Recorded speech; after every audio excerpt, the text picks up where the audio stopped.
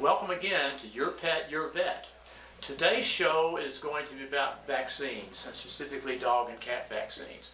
This is very important. Just as people need vaccines, children and older people, the same is true for pets. In fact, arguably, pets need them more than people.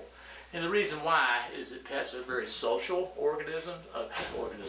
animals, and they like to interact very closely, and also they like to put their nose to the ground.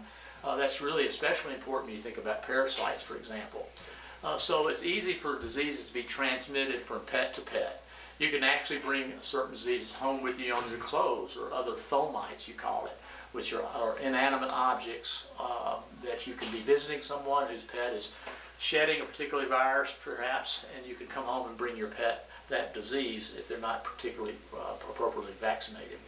One thing I think is helpful to understand vaccines is to think about how pets age relative or compared to how people age. I've got this chart right here that I refer to a lot, and I really love it because it shows the dog's age here, and then it shows by body weight how old they are, similar to people. So let's take, for example, a 6-year-old dog. Let's say a poodle, for example, a 10-pound poodle. A 6-year-old 10-pound poodle is equivalent to a 40-year-old human.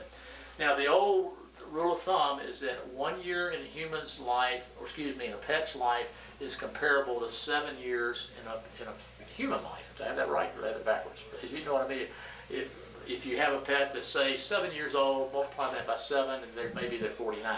But that really varies, and it's not exactly true, because smaller pets live longer. Their ratio is more like 1 to 10 to 12, for example. Or a large breed pet like a Great Dane, their ratio may be 1 to 5. You see what I'm saying? So it really depends on the size of the pet. For example, let's look at a 90-pound, let's say an 80-pound dog that is 10 years of age. Okay, that's a 66-year-old dog in human terms. So I think you can see. So in a way, though, also people say, why do you vaccinate pets so often? Well, remember, pets, we're really not vaccinating them every year, per se. We're really vaccinating them every 5 to 10 years, if you think about it in human terms.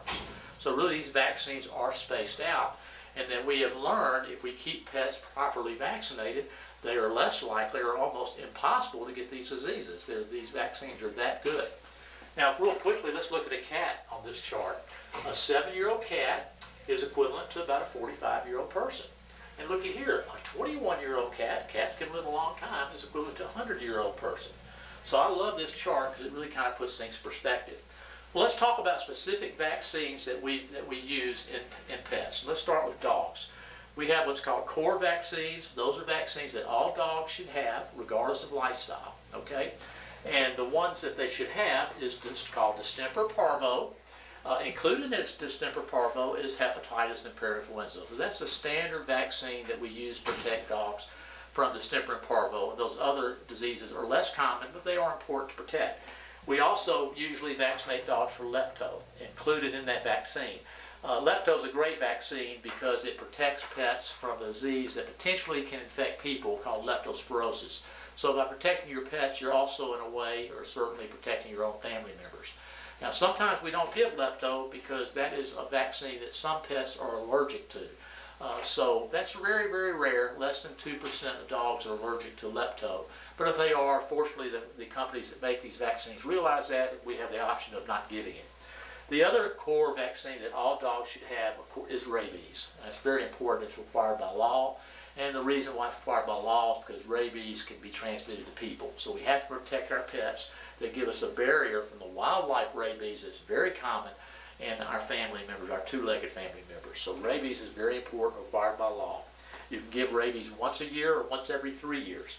So those are the core vaccines for dogs. The core vaccines for cats, again, is rabies, and then also a vaccine called PRC, which stands for panleukopenia rhinocalicivirus. Those are very important diseases. Panleukopenia is feline distemper, a very highly fatal disease that we worry about. And the rhinocalicivirus are the two most common respiratory viruses that we see in cats, and respiratory infections are common, so we can help prevent that. If a pet goes outside or has any exposure to other cats, they should also be immunized against leukemia. And this product actually has leukemia in with it, so that's PRCL. Leukemia is really important because we have leukemia in the feral cat population in North Georgia and Western North Carolina. So really, really important. We diagnose it a lot in the cats that are out and about, outdoors, feral cats. So, and it's something we don't want cats to have because it's invariably fatal. Has a lot of different manifestations, but it's certainly a disease you don't want your cat to have. So those are the core vaccines. Those are the things that all cats and dogs should be immunized against. Then we get to what we call vaccines at risk, or non-core vaccines. Not all dogs need these vaccines, but if your pet is at risk, these are important. In dogs, everyone is pretty familiar with Bordetella, also known as kennel cough. I don't particularly like that term because other things can cause kennel cough, but Bordetella causes bacterial pneumonia.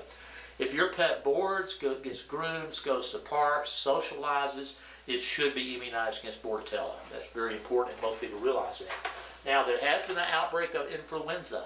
Influenza came about 10 years ago. It mutated from equine influenza, and there have been recent articles in newspapers and in even national media about outbreaks in Chicago and Atlanta. In fact, the Gwinnett County shelter had to shut down because influenza got in there.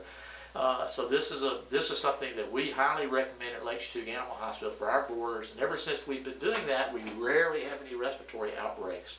So I personally believe this vaccine is very important if your pet's at risk. If they get Bordetella, they should get influenza.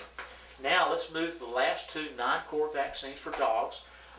Everyone's familiar with Lyme disease. You've heard of that people get. Well, you know what? Dogs get Lyme disease too. Cats can too, but extremely rare cats. But dogs get it. And it's transmitted by ticks, and we are blessed that we do have a vaccine for Lyme. I'm looking for it. There it is. Okay, Lepto. Lepto comes as a monovalent too. Well, it's here somewhere. You may have to just trust me on that. Oh, here it is. Lyme, okay, this is a really good vaccine. So if your pet gets out and is on trails, out in the woods, and has exposure to brush, wherever ticks may be, for example, I highly recommend this vaccine. It's Lyme. And lastly, one of the best vaccines to come on the market in several years is a rattlesnake vaccine. Believe it or not, we have a vaccine now that will immunize dogs against rattlesnakes, including copperheads. And what this does, when you use this vaccine, it induces the dog to make its own antivenom. So if they get bitten by a venomous snake, they have antivenom on board. I've had many cases of pets that have been vaccinated and either required no treatment at all or minimal treatment, where dogs that are not vaccinated have to get the antivenom, which is very important, very expensive. It can cost as much as $800 a vial. So this inexpensive vaccine can protect your dogs. There again, if they're out and about, they're outside dogs or dogs that you like to go outside with. There are a lot of venomous snakes in this area. That's one of the most common emergencies that we see during the spring, summer, fall. So we highly recommend this vaccine for dogs at risk. So there you have it. You have a lot of vaccine options. Some of them are what we call core, or all dogs should have, and cats. And then we have some vaccines for what we call non-core, or for pets at risk. And that's just a matter of having a conversation with your veterinarian and determining if that risk is present, and if so, those vaccines are available. So I hope this has been helpful to you to understand why vaccines are so important in pets. And if you have any further questions, please call us at Lake Chattooga Animal Hospital or Tri-County Animal Clinic. We'd love to discuss it further. Until next time, I'll see you later.